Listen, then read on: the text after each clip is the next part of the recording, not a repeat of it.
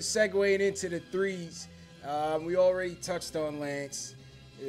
Let's go to a guy who we really don't know whose future, what the future holds for him. That's Courtney Lee. Well, I mean, a lot of the speculation has been and the wishes has been to part ways with Lee. Obviously, we're trying to get under the cap situation here. He was brought in and played well for us over the last 2 years. I thought he was good value for the contract that we signed him at. It's just not the right situation for Courtney Lee. I think he deserves to play for a contender, and I think the skill set that he brings is more valuable to a contending team to me than a rebuilding team.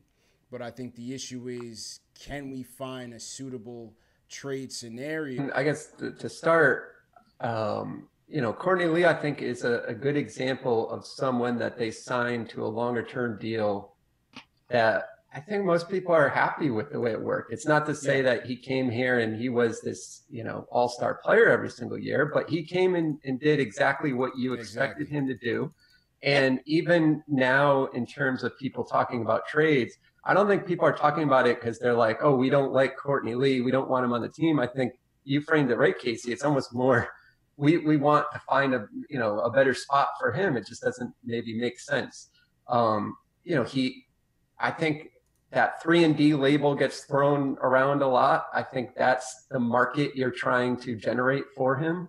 And you're hoping that that extra year past this year of, I think it's around $12 million, doesn't scare teams away, where you get a team maybe closer to the trade deadline if you do go into the season that has an injury. That's sort of why I wouldn't rush anything. People talk about, should we rush things with Noah? There is some value with Noah to leave the team before the season starts. It opens up a roster spot.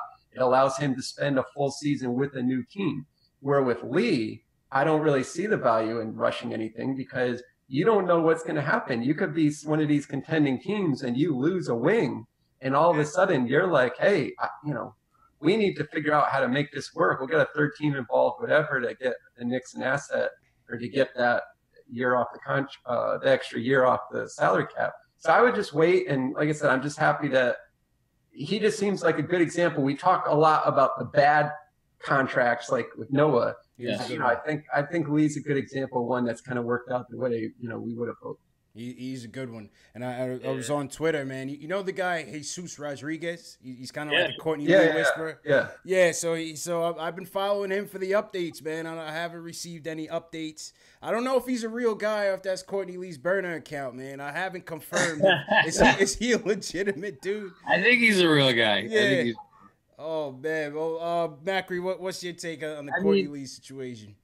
I'm gonna probably wind up having egg on my face because I have sworn up and down since last season's trade deadline that he would be gone by start camp this year. I to anyone who would listen, I was like, there is no chance Courtney Lee is going to be on the team. They will find another home for him because, like JB was saying,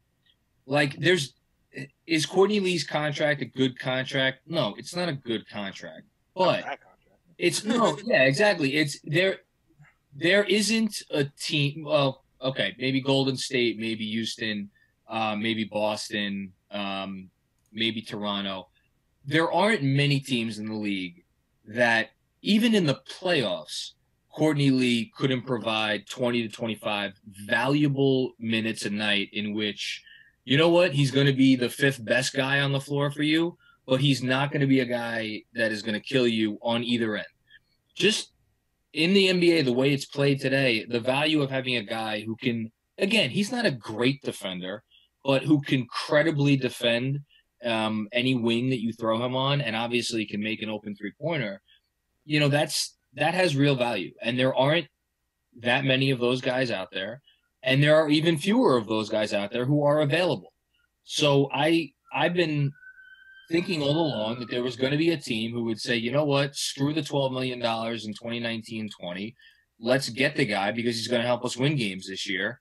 And I'm of the belief that Perry might be holding out for the best deal. And if that's the case, and I don't know if it is, maybe I'm completely wrong and maybe nobody wants him and they're just scared off of the $12 million a year from now. But I'm okay with that if he's holding out for a better deal, because this organization, if it's the one common thread they've had for years and years and years, it's giving away assets when they're at their lowest value as opposed to when you could get the most for them. And if that means I'm going to be wrong and they have to carry Courtney Lee into the season like JB is suggesting they do, then I'll be wrong.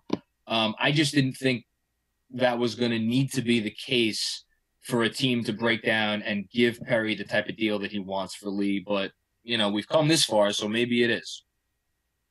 Yeah, let's see. And, stranger things have happened. We'll see how training camp and the preseason plays out, depending on what happens. Guys get cut. Guys, unfortunately, get injured. That might raise his trade value a little bit. So I guess, it would behoove Perry and those guys is to stay patient. Obviously, he's a captain of this team. If they don't find a buyer, there's other ways he can help us. So, Jay Ellis, what's your take on it before we get into Knox?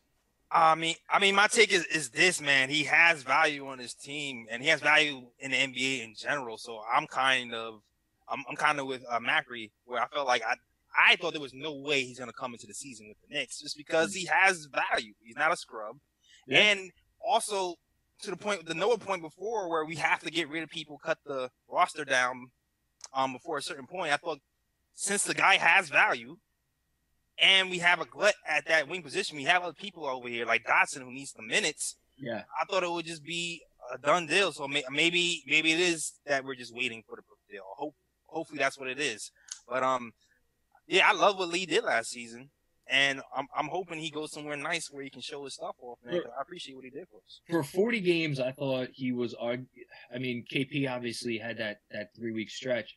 But I'd say through the first half of the season, I think Lee was their most consistent play. Definitely. And that's then when Tim Hardaway went down, and then I think around January, Lee stopped giving a shit. Yeah, I think that's what it was. Yeah, he quit. Quit.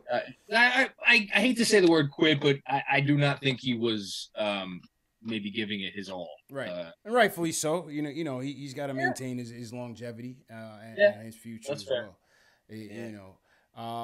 So that's Courtney Lee, and then we got number 20. He took H2O's number.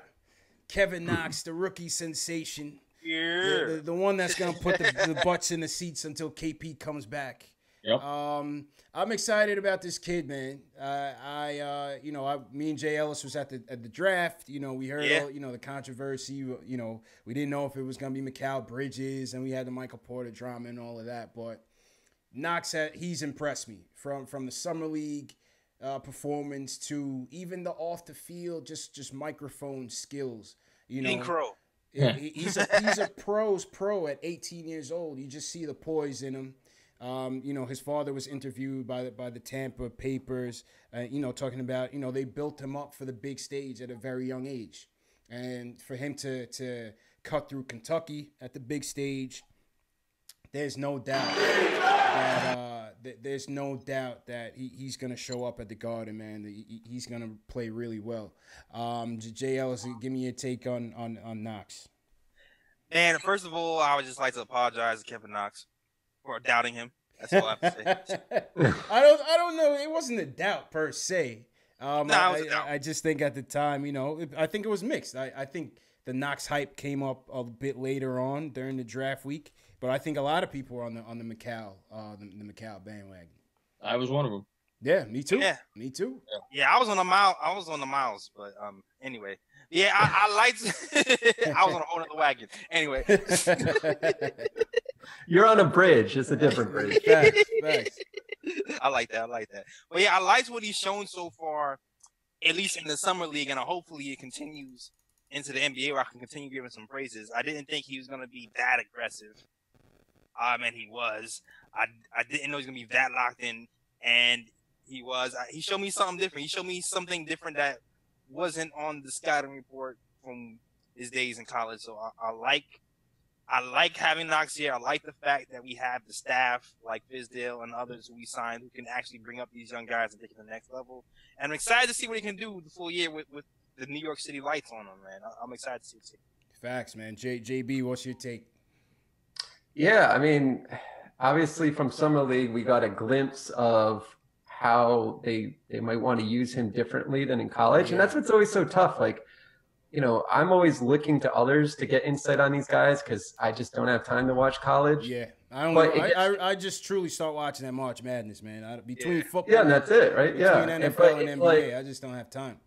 No, right, and it gets tricky though, because while you can look for skills that translate, they might be playing a different position, they might be asked to do different things. So then they get to the pros and you're like, well, how did we not see this? Right. Well, it's like maybe they weren't put in that position. I think that's what we saw a glimpse of with Knox in summer league. So, and I think that will continue because again, especially without KP, it's like, well, offense has to come from somewhere. So I think they're not going to be shy about giving him the ball in a similar way. Even pushing the ball up the court, man. I was impressed. You know, granted, it's against summer league competition. But, you know, that first game, he was up against, you know, Trae Young's going to be in the league. Dorsey's going to be up in the league. And Knox was fearless out there, man. Macri, what was... Can hit on a draft pick in, like, the late lottery, and it could almost change the direction of your franchise single-handedly. Mm-hmm. And I'm not to say that, you know, Knox is going to be, like, an all-NBA caliber player, but based on maybe what they were expecting from that spot, he's at least opened the door to the possibility that his being here can really change things for this franchise. You know, not as much as KP did, because KP, you know, I think is an MVP caliber player, but almost as much. The one thing I would just caution anybody watching the team this year, he's not going to be good right away. Mm-hmm. Yes, he you know, he'll score points, and he'll have some exciting moments, and he'll get playing time. But he is, you know, he's gonna make mistakes. Yeah, he is raw. Defensively, we got to see what he's gonna be defensively too when he's going up against some of those dogs. And that's gonna be tough for him. Anybody expecting to see, you know, a 2018 version of Jason Tatum on the Celtics last year? I mean, you couldn't have picked a better situation for a rookie to come into than Tatum was in last year. And Knox isn't Tatum. He's not as polished as Tatum. Yeah. So I don't want anybody to be disappointed if he has a rough stretch, because he's going to have rough stretches. I think that's, but in terms of the talent, I mean, it's undeniable. Yeah. To expand on that too, like even in the summer league, he did have turnover problems. He did have defense problems, and he also, his shooting percentage wasn't. Yeah, it was low. Right, it was shaky, but he's a rookie. He saw the promise. He saw the skill set, and we're hoping that can grow in the Knicks organization. But we got to give him time and not jump him in the first bad game like we traditionally do. Yeah, gonna take some time, but you know, obviously with KP out, I'm definitely looking forward to seeing, you know, through the ups and the downs, man. Definitely looking forward to seeing Knox for sure. So my people at home watching in the chat, what do you guys think about the Knicks small forward positions? Kevin Knox, Courtney Lee. What does the future hold for Courtney Lee? Even Lance Thomas. A lot of you guys made your comments knowing about Lance. So what do you guys think about the threes? Let's go into the chat. Alex Collins was quoting Macri on Knox, saying he ain't no Lance Thomas. Michael Parker with the $20 super chat. Salute to Michael Parker for the donation. He was the first person. I give him credit. Michael Parker was the first person in here, so shout out Michael Parker. Appreciate the donation. Definitely. Be like Mike. Be like Mike. Be like Mike. Kareem Maloney says he agrees with Macri on Knox. Slick Nick says Knox first team all rookie. Yeah, sure. I definitely. I think that's possible. I love I think it's 10-1 odds on him for rookie of the year. That's if I'm a betting man, I'll take that. Yeah. I'll definitely take that. You know, Cody Manuel says free Courtney Lee. That sounds free Courtney Lee. Trade Lee. Trade Lee. Who else? Robert Parris, always in here. What's good, Robert? He says love Knox. He won me over before the draft. As good as I expect him to be. Robinson is the key.